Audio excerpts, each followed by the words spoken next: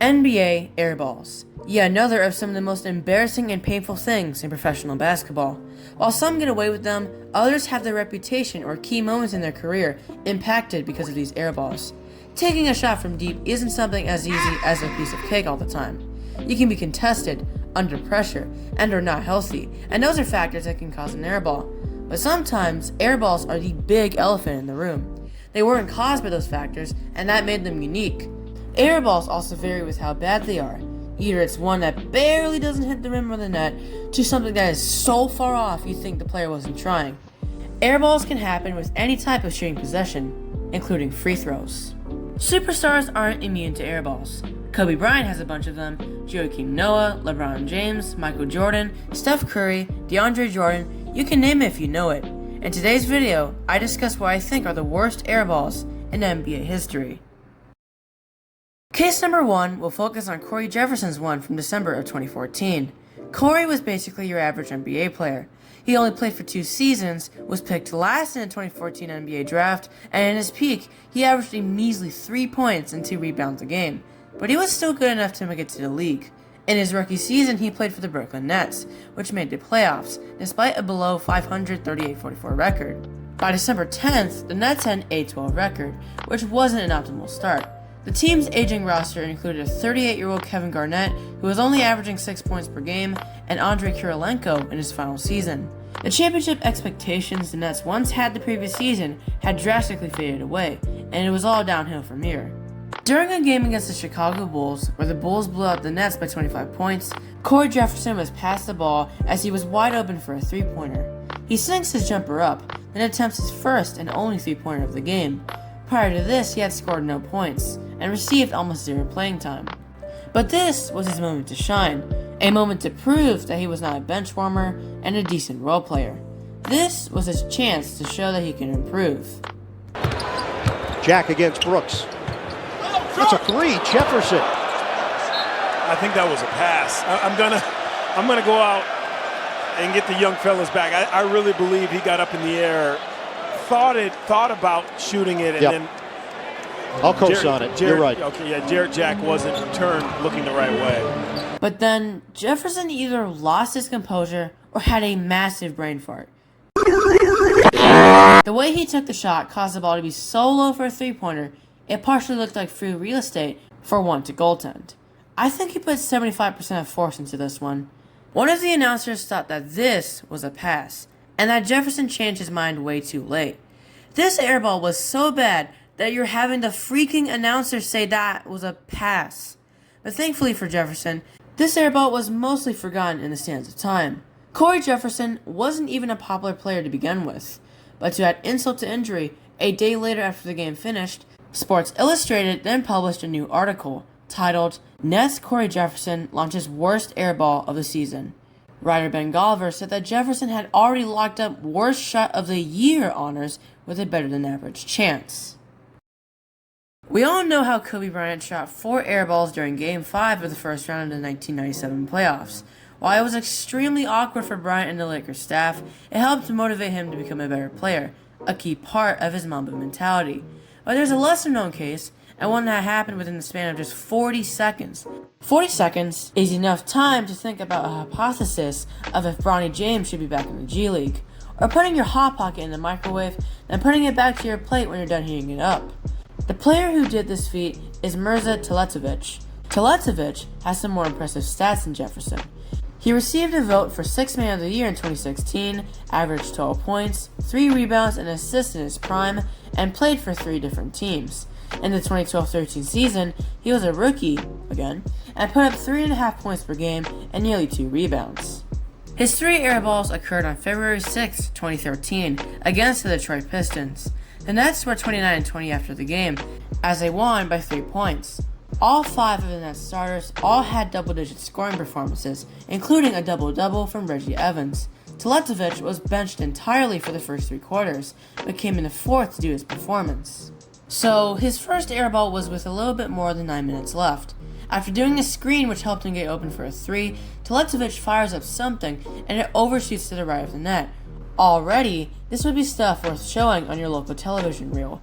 But this is only the beginning, as I said earlier. The next possession that Teletovic has, only 15 seconds later, he then goes for a mid-ranger. And this time, he actually touched the net. Congratulations to him. Detroit now has the potential to take advantage of their grab possessions from the Teletovic airballs. Then the final one. He gets past the ball again and does his second three-pointer. Now he's short of the net. So in all of these 3 attempts, there were differing results. One went to the right, the other scraped the net, and his last was limp. Teletovic's airballs went viral on social media. CBS, Bleacher Report, and Deadspin showed clips of these 3 airballs. Twitter posts were created linked to YT vids of the fail. But once again, this was a forgotten case. Stephen Curry is the greatest three-point shooter of all time. Even this season as a 36-year-old, he led the league in three-point attempts and average three-pointers made. Curry was extremely influential to the game of basketball itself, and a key part of the end of the dead ball era. At times, he can be an absolute fire and make history. 50 points in the All-Star game, 62 points in the game against Portland, Curry has shown from time to time his incredible shooting. But he's not always been splashing, and one of the reasons why is the fact that he was once the subject of airballing. This particular airball I'm about to show was performed on February 9th, 2022. The Warriors were on their way to winning the championship, and the record was 41-13. They lost this game in a 26-point blowout by Utah, with Dub Nation struggling with efficiency. With just less than 11 minutes to go in the fourth quarter, the Warriors are down by 19, with little chance of making a comeback. After Juan Toscano Anderson hesitated for a bit, he decided to pass it to Curry. Curry immediately gets double-teamed, but then the double team collapses, and Curry is then able to take a shot. 5-12. The reserves getting it done. It has been an off night offensively so far for Steph. That's his second air ball. He's got 14 points. This airball went to the right of the net. It was pretty clear that it was far off, and after Curry airballed, the Jazz crowd started booing him, and to make matters worse, Jordan Clarkson for Utah attempted his own three, and it was nothing but net, and his three-pointer was the one to be replayed. This airball is even more forgotten than the previous 2 I talked about earlier. There are no popular clips or highlight reels showing the Curry airball, and due to the Warriors winning the 2022 ring, it was lost in the sands of time even more. Swaggy P. Which NBA player does this nickname belong to? If you said Nick Young, you're right. And Nick Young has had a history of embarrassing moments. A premature celebration, faking a free throw, and a missed 360 layup that was an airball. One of his most notable moments came on March 8th, 2012, against the Lakers, who Young would later play for starting in the 2013-14 season. But at this point, Young was in the Wizards, who were in the aftermath phase of losing Gilbert Arenas. This moment was one of Nick Young's first significant laughable occurrences, and this was the beginning of a major part of his legacy. This airball was much more well known than the previous 3 cases. In fact, this YouTube clip you're seeing right now has over 500,000 views, and it was shown by other NBA YouTubers. But anyways, with 6 minutes to go in the second quarter, the Wizards get possession, and with a clear passing area to Young, this was a certified fast break. Young catches the ball and prepares his layup. A layup that's just another one of the many other field goals he's made in his lifetime. But Young's feeling extremely confident, and way too cool, like he can show off anything and everything and get away with it. Instead of focusing on actually properly getting the bucket, Nick Young doesn't just not hit the net. Not the rim, not the backboard, and not even the size of the backboard. Bind him and steal it.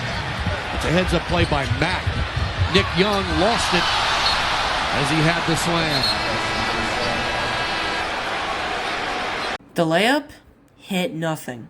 It was so bad of a miss that if Young put a little bit more force, this could have actually hit one of the people in attendance. This airball was just catastrophic. The ball went out of bounds, and the Lakers got another possession. The commentators were in absolute disbelief. Ditto for the crowd, and ditto for the Lakers bench. The bench was having some action after that abomination. Then the clip of Nick Young spread like wildfire on social media. NBC Sports and the Los Angeles Times both made dedicated articles highlighting the miss.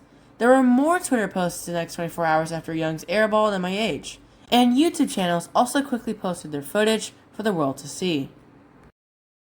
While airballs are uncommon in the NBA, you still see them from time to time. As laugh-inducing as they are, NBA players are human. They make mistakes, they learn from them, most of them, and they can show a desire to improve, so things like this will happen less frequently. It's really easy to airball a shot with the right circumstances, especially if you're not professional and super casual into basketball. Even though airballs are another type of missed field goals, they bring a positive side to the world of basketball. Field goals have nearly endless possibilities, and airballs show that potential. But as always, you want to go for the buckets. Anyways, I'm some random Xander, and this is it. Goodbye.